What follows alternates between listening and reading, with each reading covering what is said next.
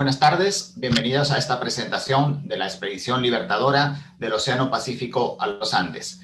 Mi nombre es Raúl Asensio, soy editor del Instituto de Estudios Peruanos y la presentación que vamos a tener hoy es este libro que saldrá en las próximas semanas y que está editado por Víctor Arrambide, Carmen McEvoy y Marcel Velázquez. Los tres editores de este libro nos acompañan hoy para tener un diálogo respecto a su contenido y respecto también a el proyecto historiográfico que tiene detrás esta larga labor de este libro.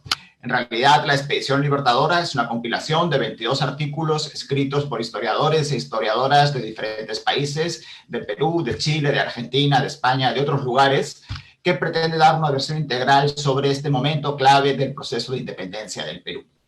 El libro es editado por el Instituto de Estudios Peruanos y ustedes podrán encontrarlo en las librerías y en nuestra página web a partir de la próxima semana. Sin más, voy a presentar a los tres comentaristas, a los tres editores del libro y comentaristas que me van a acompañar durante el diálogo que vamos a tener hoy. Víctor Arrambide es licenciado en Historia por la Universidad Nacional Mayor de San Marcos. Sus temas de interés giran en torno a la prensa y la formación del Estado-Nación en el Perú. Es autor de El verdadero origen, la historia del diario oficial peruano, de 2016, y de estudios preliminares de obras como Derecho Constitucional Filosófico, de Manuel Fuentes, en 2018. Es autor del blog de historia El Espejo de Clio, que todos nosotros conocemos, y actualmente se desempeña como director de la Unidad de Gestión Cultural y Académica del Proyecto Especial Bicentenario. Carmen McEvoy es historiadora, es profesora en Historia Latinoamericana en la The University of the South en Sewanee. Su especialidad es la historia política de las ideas y de la guerra durante el siglo XIX. Entre sus últimos libros publicados está En pos de la República, Ensayos de Historia Republicana, que fue reeditado por el Instituto de Estudios Peruanos en 2020. Marcel Velázquez Castro es doctor en Literatura Latinoamericana por la Universidad Andina Simón Bolívar de Quito, Ecuador. Enseña en la Facultad de Letras y Ciencias Humanas de la Universidad Nacional Mayor de San Marcos, donde actualmente se desempeña además como director general de Biblioteca y Publicaciones. Entre sus libros destaca Hijos de la Peste, una historia de las epidemias en el Perú, publicado el año 2020, el año pasado justamente durante el periodo de confinamiento. Fue uno de los primeros textos sobre la pandemia que se publicaron en el Perú. Vamos a conversar entonces con los tres autores, con Carmen, con Víctor y con Raúl, y con Carmen, con Víctor y con Marcel, respecto a el libro, respecto a la Expedición Libertadora y a todo el proyecto historiográfico que culmina ahora con la publicación del libro. Todos ustedes pueden dejarnos las preguntas para los autores, bien sea a través del chat, quienes están asistiendo como parte del programa del Congreso Nacional de Historia, a través de la sesión de Zoom, o bien a través del Facebook, las preguntas para los autores que realizaremos en la parte final de esta sesión. Para comenzar, Marcel, ¿qué va a encontrar el lector en la Expedición Libertadora? ¿Cómo surgió la idea de este libro y cuál es el propósito que está detrás de la Expedición Libertadora? Adelante, Marcel. Buenas tardes con todos. Gracias, Raúl, por la presentación. Lo que va a encontrar el lector es un libro que presenta diversas dimensiones de un fenómeno político, militar y cultural, como es la Expedición Libertadora, ¿no? Este libro es el resultado de un congreso internacional que organizó la Universidad Nacional Mayor de San Marcos junto con el Proyecto Especial Bicentenario. Pero siempre detrás de un congreso tiene que haber un alma activa, y en este caso fue Carmen McEvoy, ¿no? O sea, creo que ella fue el motor invisible y visible de este evento. Consiguió apoyo de embajadas, consiguió apoyo de la empresa privada, y eso posibilitó que nuestro congreso pues tuviese a destacadas académicas y académicos de diversas partes de Latinoamérica. Entonces, el origen del libro está en ese gran congreso que se organizó además en la Casona de San Marcos, que fuera pues local del ex convictorio de San Carlos, así que fue muy emocionante estar en ese lugar histórico volviendo a pensar la Expedición Libertadora.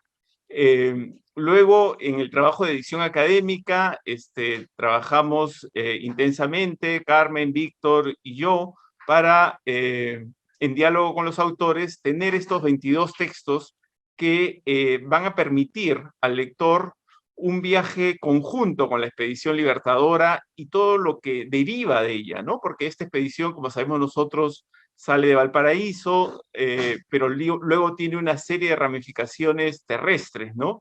Creo que en la introducción la llamamos una expedición anfibia, porque va por surca los mares, pero también ingresa no solamente a tierra, sino en particular al espacio andino del centro del Perú, ¿no?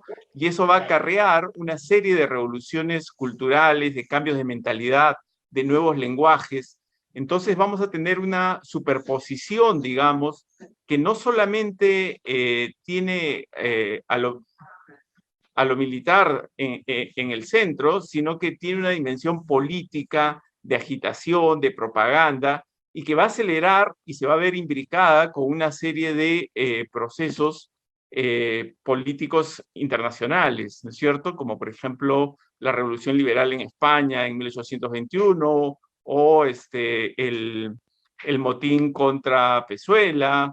En fin, son una serie de eventos, es como que se concentra, ¿no? En un corto periodo de tiempo, muchísimos eventos políticos que impactan en la mentalidad, el lenguaje y la praxis de los actores. Entonces, tenemos a muchos historiadores trabajando en este volumen. Por ejemplo, está Marcela Ternavasio, Beatriz Fragoni, Ana María Stuben, Pablo Ortember, quienes nos dan una perspectiva desde el Atlántico, una mirada más global, ¿no es cierto?, enmarcan este proceso en una escala de toda lo que luego va a ser América Latina. Tenemos también trabajos muy interesantes como los de Gabriel Cid y Víctor Peralta, que tienen que ver con los agentes secretos, las sociedades secretas, las logias, en fin. Y un trabajo que a mí me gustó mucho de Tim Fanning sobre el general John O'Brien, y cómo, digamos, un aspecto que no se ha trabajado todavía lo suficientemente, como el ser parte, digamos, ser oficial de esta expedición, luego tenía una serie de consecuencias económicas, de ventajas económicas para los actores principales, y cómo la pugna entre los irlandeses y los británicos se reproduce en un país como el Perú, en el Cusco, además, ¿no? Es un artículo realmente muy interesante. Luego vamos a tener una tercera parte que va a tener a Lima en el centro del debate, de la discusión. Ahí menciono solamente rápidamente el artículo de Claudia Rosa sobre el miedo, ¿no? El miedo al cambio social, ¿no? Más que el miedo a la revolución, es el miedo al cambio social, a esta expedición que además es vista como extranjera, porque sabemos que la mayoría eran pues soldados de Chile, y el temor en las élites también al desgobierno, ¿no? Y se produce esta transición, sale el virrey e ingresa a San Martín prácticamente sin pausa, ¿no?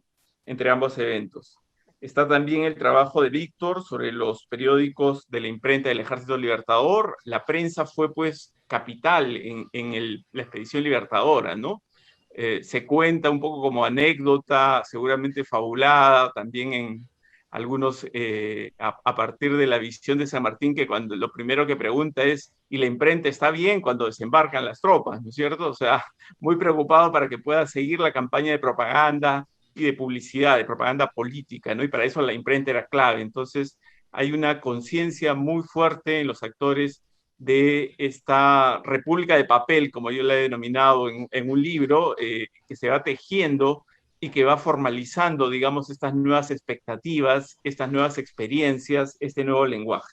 Por último, creo que una de las partes más ricas del libro es la cuarta, pues ahí se trabaja en detalle desde las regiones la nueva cultura política que es consecuencia de la incursión militar y política derivada de la expedición libertadora, ¿no? Ahí hay trabajos realmente notables, el de Nelson Pereira para el caso de Huamanga, el de Elizabeth Hernández sobre Paita, donde vemos cómo los distintos actores, los indios, los mestizos, actúan de distinta manera ante la expedición. El artículo de Gustavo Montoya sobre la guerra y la patria, digamos, en los Andes, Margaret Najarro sobre el Cusco, y todos han hecho un gran trabajo de fuentes documentales. Entonces yo creo que el lector, en síntesis, va a encontrar la posibilidad de conocer a profundidad la expedición libertadora, más allá de la dimensión meramente militar, que es como la que se ha impuesto en la narrativa, digamos, oficial de la independencia. Acá estamos ante un evento que tiene una serie de dimensiones políticas, culturales, sociales, y creo que el libro ofrece esa multidimensión al lector. Marcelo, una de las cosas que ha señalado es que la expedición libertadora fue un evento global de alguna manera, o si no global, en todo caso internacional, que tiene dimensiones que van desde lo local, desde las provincias, como tú bien has señalado, que hay varios estudios en el libro que se centran en Paita y en otras provincias, hasta también esa reproducción de conflictos internos de otro rincón del mundo, de Europa, que se reproducían acá y que influían en las propias dinámicas. Desde ese punto de vista, Víctor, el libro también reproduce de alguna manera esta dimensión global. ¿No es cierto, Víctor? Son en total 20 autores diferentes, de diferentes países, de diferentes tradiciones académicas. ¿Cuál es el reto? O sea, ¿qué retos han encontrado ustedes, tanto desde el punto de vista académico como desde el punto de vista editorial, para reunir a estos 20 autores y para lograr tener finalmente este libro? Muchas gracias, Adelante, Raúl. En Víctor. primer lugar, buenas tardes con todos los presentes y, bueno, agradecido al Instituto de Estudios Peruanos por darnos la oportunidad de poner al público, a disposición este libro al público, ¿no? Y como bien señala Marcel, es un conjunto de autores de diferentes tradiciones académicas y de diferentes generaciones, incluso de procedencias, porque, bueno, tenemos a Marcel, que viene desde el campo de literatura, a Pío Mendoza, que viene desde la educación, y eso es importante, y destaco un poco el papel de Pío, por ejemplo, que en caso de historias regionales, muchas veces esas historias regionales son asumidas por otras personas conocedoras, no necesariamente del mundo de la academia. Entonces, tratar de la verdad, estos meses después del Congreso, que fue en noviembre del 2019, nosotros obviamente le dimos todo un plazo a los autores pues, para entregar los textos y luego tratar, bueno, con unas directivas claras, indicándoles de que estos, en primer lugar, pensando que estos textos no tienen que ser netamente académicos. Ya estamos ahorita en una etapa que los historiadores no solamente tenemos que escribir para la academia, tenemos que pensar en escribir para que nos entiendan el público en general, ¿no? Nosotros hemos visto como historiadores, y recojo la opinión de varios, es que a veces los historiadores escribimos para la academia y luego hay interlocutores, pero los interlocutores no transmiten el mensaje que nosotros queremos dar y transmiten otro mensaje al público en general. Entonces, la idea es, primero, a todos les pedimos que escribieran, obviamente, pensando en un público en general, no siendo un lenguaje sencillo, ligero, y obviamente luego la idea es tratar de combinar todas esas lecturas, ¿no? He visto artículos que a veces en una misma idea se podría contradecir, y claro, y en eso, bueno, obviamente agradecemos a todos los autores por su paciencia, por su empeño, y su disposición a poder,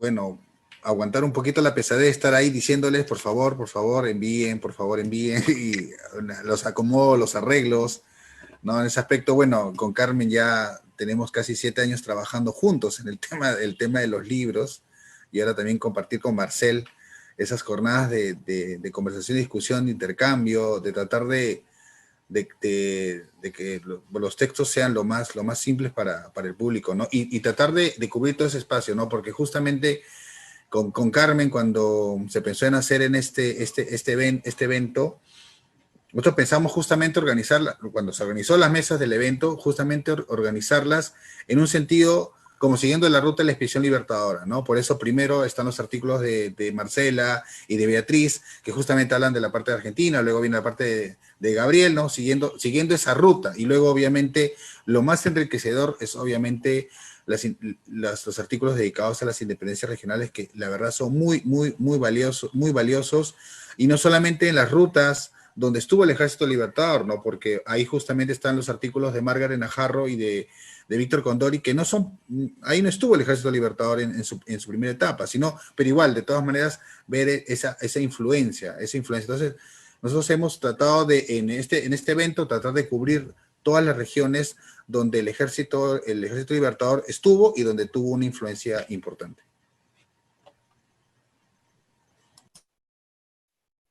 Gracias, Víctor. Y más allá de todos estos, de todas estas repercusiones locales, de todas estas repercusiones internacionales de la expedición libertadora, conforme va desarrollándose sobre el terreno, sigue estando la figura central de San Martín. San Martín es un referente de la expedición libertadora y de la independencia del Perú, aunque quizás uno de los elementos que más están resaltando en los trabajos que están apareciendo en los últimos años es precisamente reevaluar la importancia de San Martín y reevaluar su papel durante todo el proceso de independencia. Carmen, este papel de San Martín que ha generado visiones encontradas casi desde el mismo momento de la expedición, visto desde la perspectiva actual, visto desde la perspectiva historiográfica actual, ¿cómo evaluamos el papel de San Martín?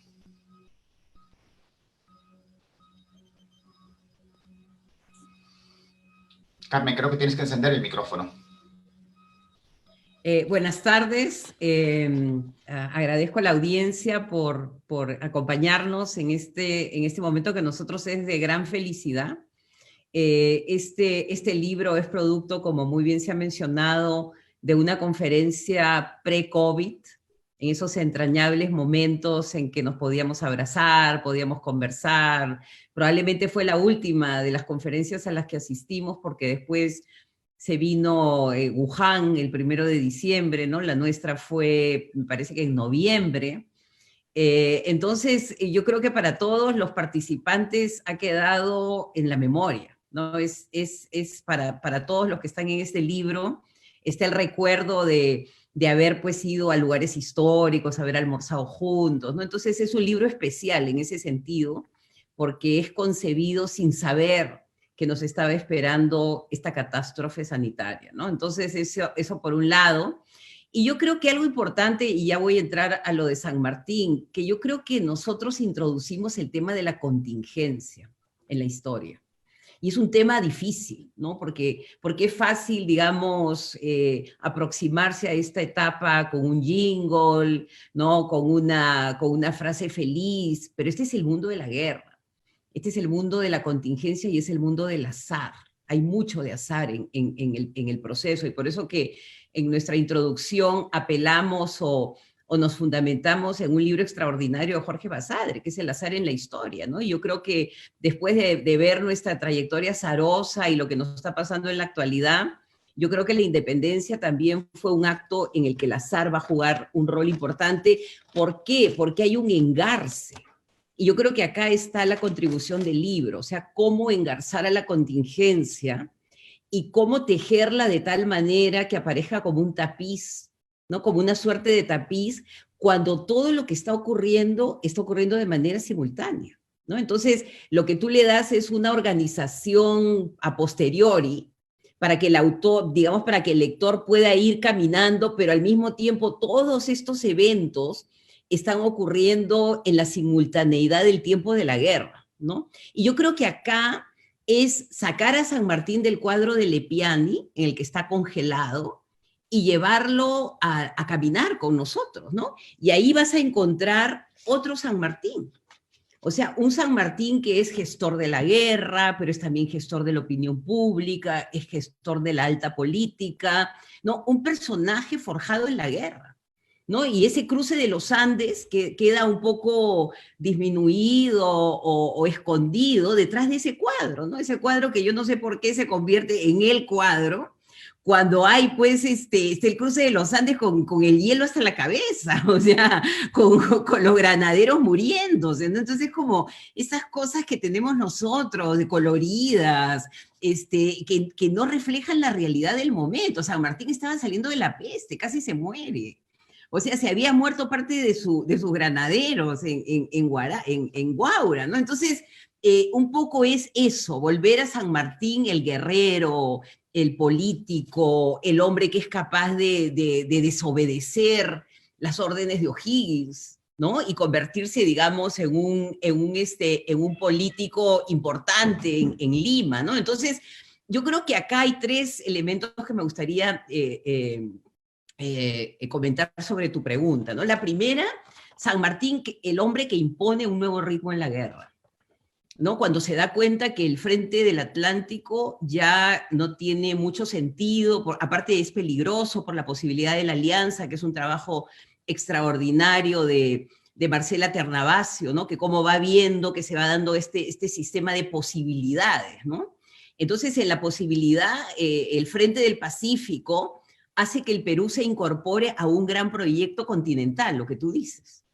O sea que en el Perú entra a la fase continental por una decisión que se toma en Buenos Aires.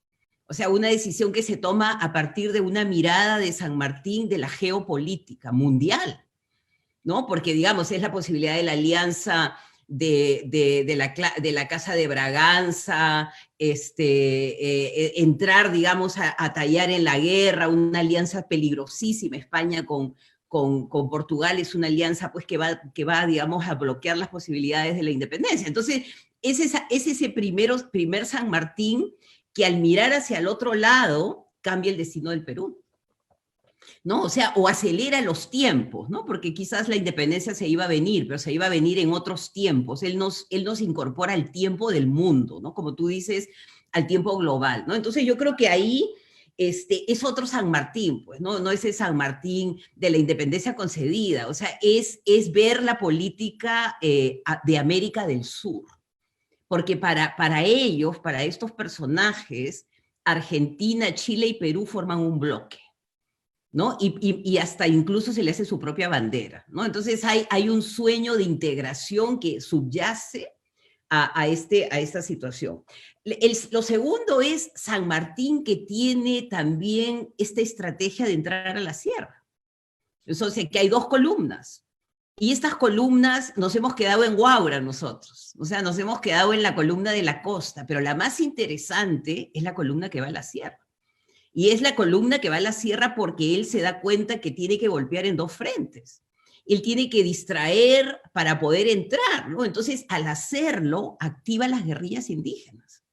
Y entran otros personajes, digamos, como una suerte de efecto multiplicador, ¿no? Esto es fascinante. Yo creo que no es porque nosotros hayamos logrado concebir el libro, pero yo creo que el libro es una épica.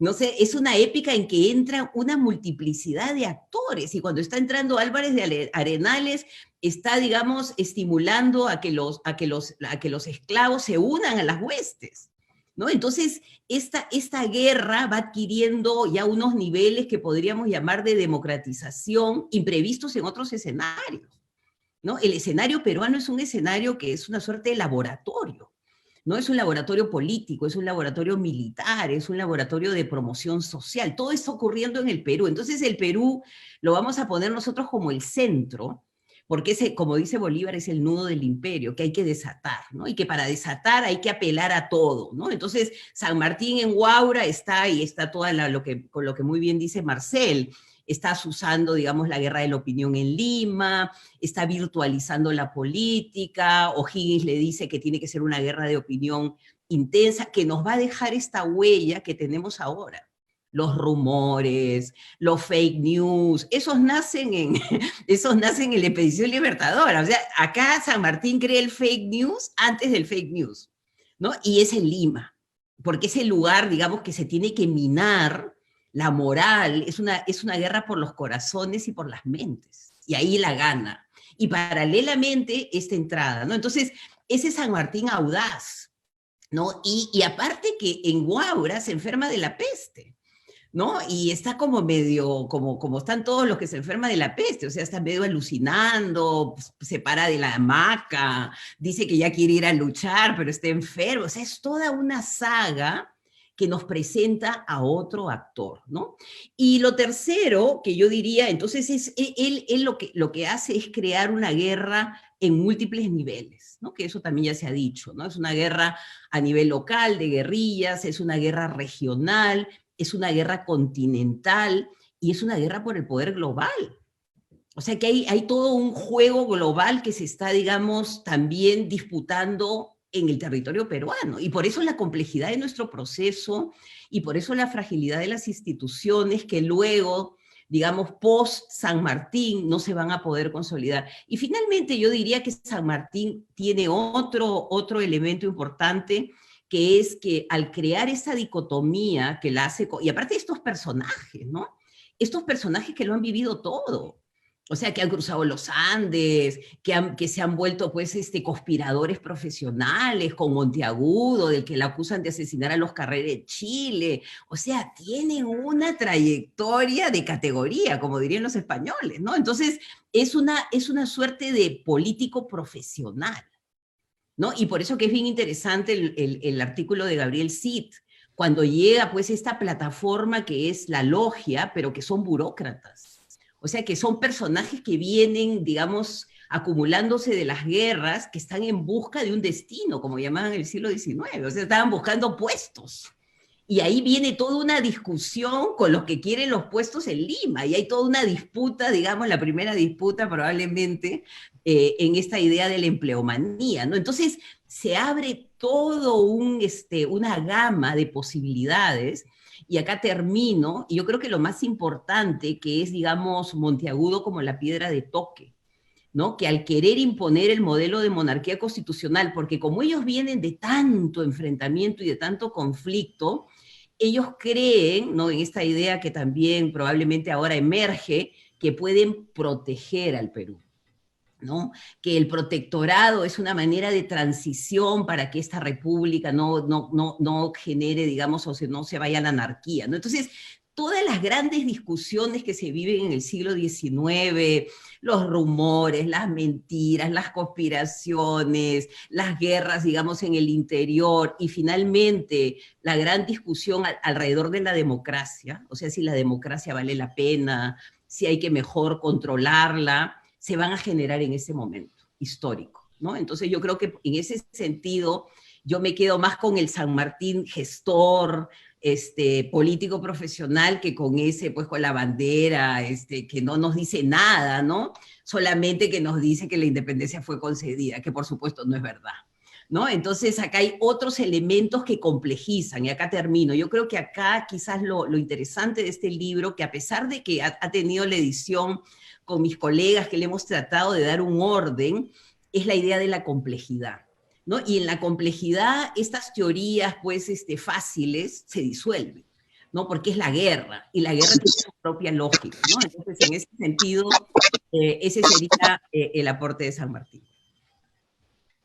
Gracias, Carmen. En realidad, como tú planteas, una de las cosas que llaman más la atención del enfoque que ustedes han tenido de la expedición libertadora es ir viendo el efecto multiplicador que tiene, el efecto que la intervención tiene sobre el terreno y la manera en la cual permite que aparezcan nuevos actores, que aparezcan nuevos temas, nuevas temáticas, y eso también en el plano historiográfico, en cierta manera, porque a partir del análisis de la expedición, ustedes van incorporando en el libro diferentes temas, todos ellos relativos a los procesos de cambio económico, de cambio social, de cambio cultural, de cambio político durante el proceso de la independencia. Víctor, en esta línea, en toda esta avalancha de libros que están saliendo en los últimos años, en los últimos meses en realidad, sobre el proceso de independencia, en esta especie de reflexión colectiva que estamos teniendo, en parte debido a la pandemia, de las circunstancias que todos sabemos sobre la independencia peruana, ¿cuáles dirías tú que son las principales tendencias o los principales nudos críticos que están emergiendo en este nuevo debate sobre la independencia peruana?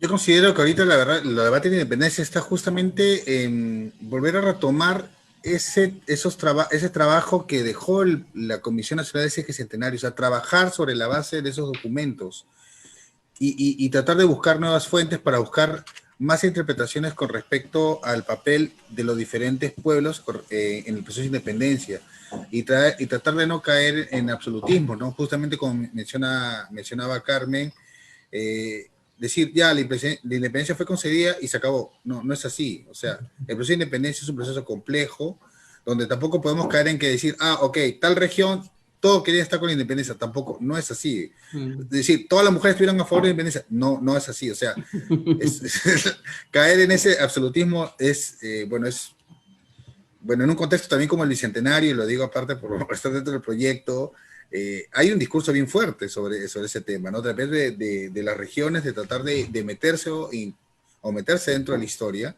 y ya desde que obviamente de los 80, que acá viene la influencia de la nueva historia política, ya se está viendo otras perspectivas y otras perspectivas respecto al mismo proceso, ¿no?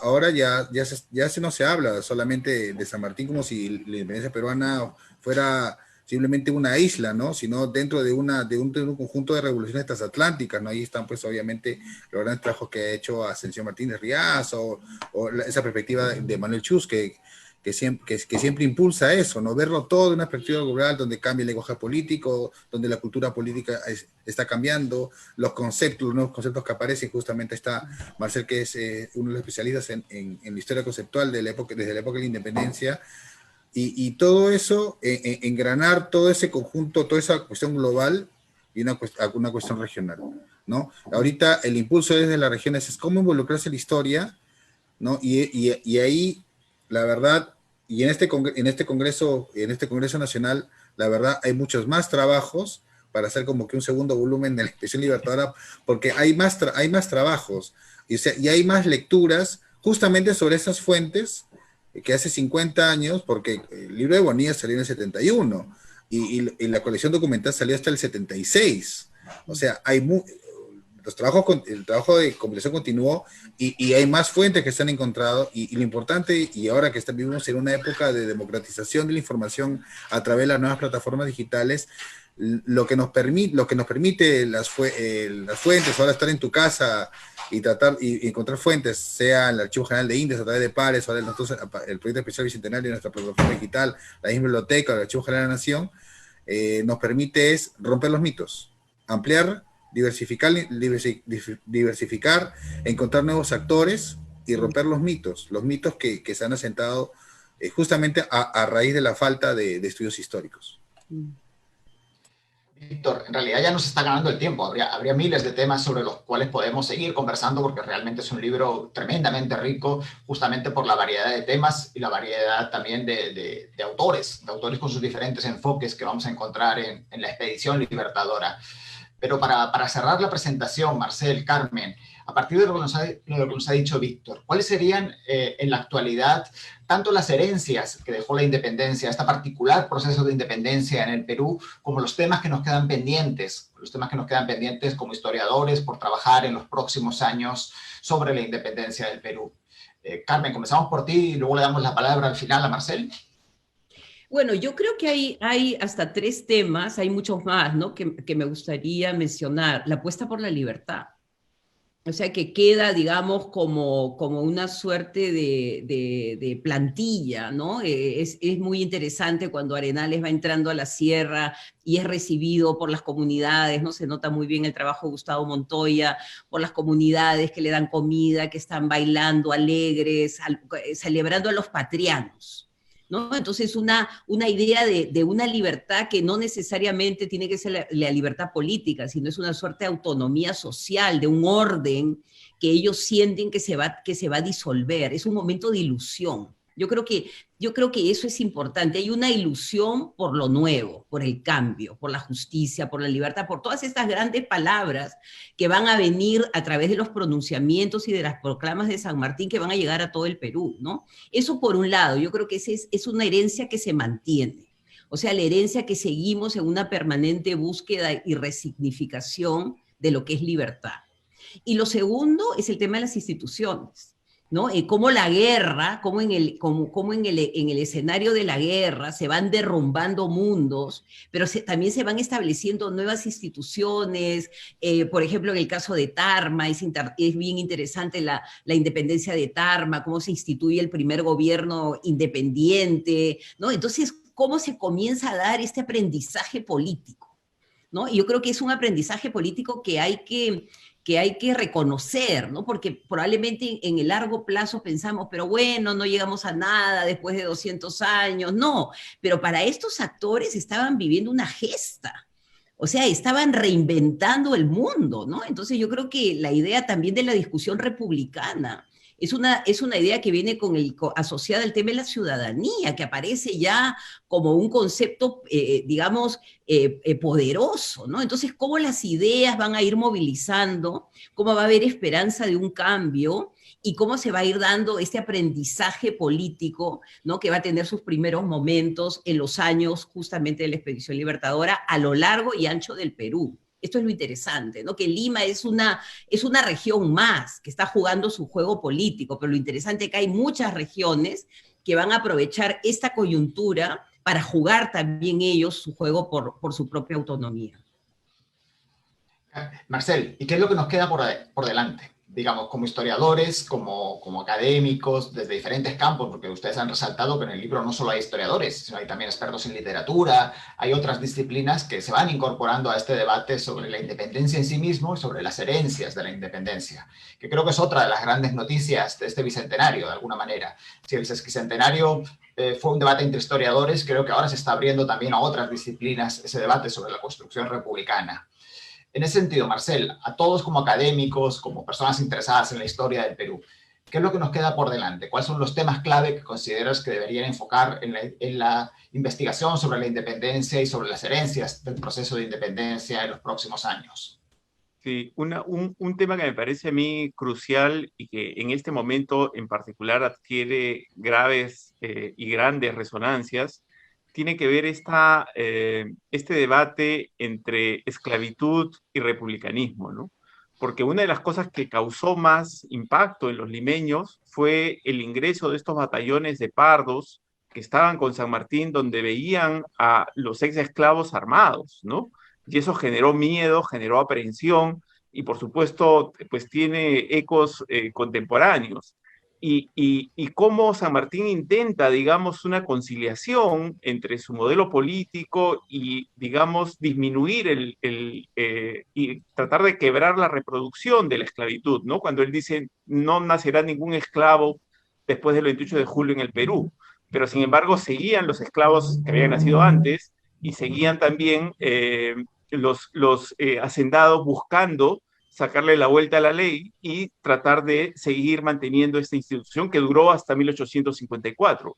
Entonces, esa convivencia entre ese lenguaje de la libertad que ha acentuado Carmen, estas instituciones republicanas frágiles, debilitadas, este caudillismo militar y esta esclavitud que perduró, pues nos muestran diversos tiempos y diversos tramados de ideas que concurren y que van a terminar en esa constitución que también deberíamos estudiar más, la de 1856, la gran constitución liberal del siglo XIX, ¿no?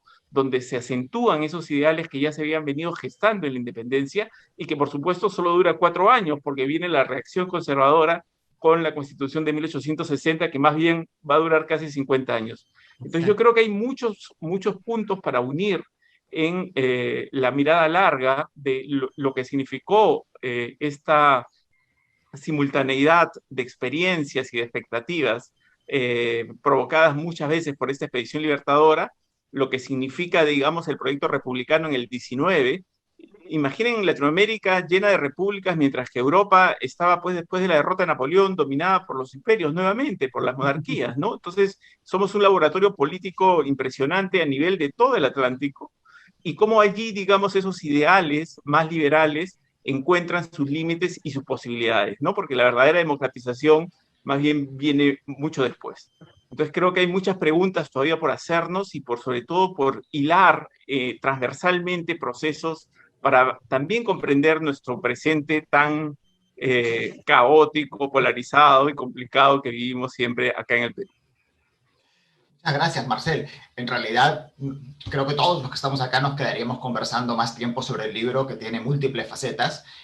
Este es un libro que recién está saliendo ahora, que va a estar disponible dentro de una semana en la página web del Instituto de Estudios Peruanos y que ustedes van a poder disfrutar en breve. Vamos a hacer más presentaciones del libro, vamos a tener más conversaciones como estas, con Víctor, con Marcel, con Carmen, con los demás autores, varios de los cuales nos están acompañando hoy, sea a través de la sesión Zoom o sea a través del Facebook.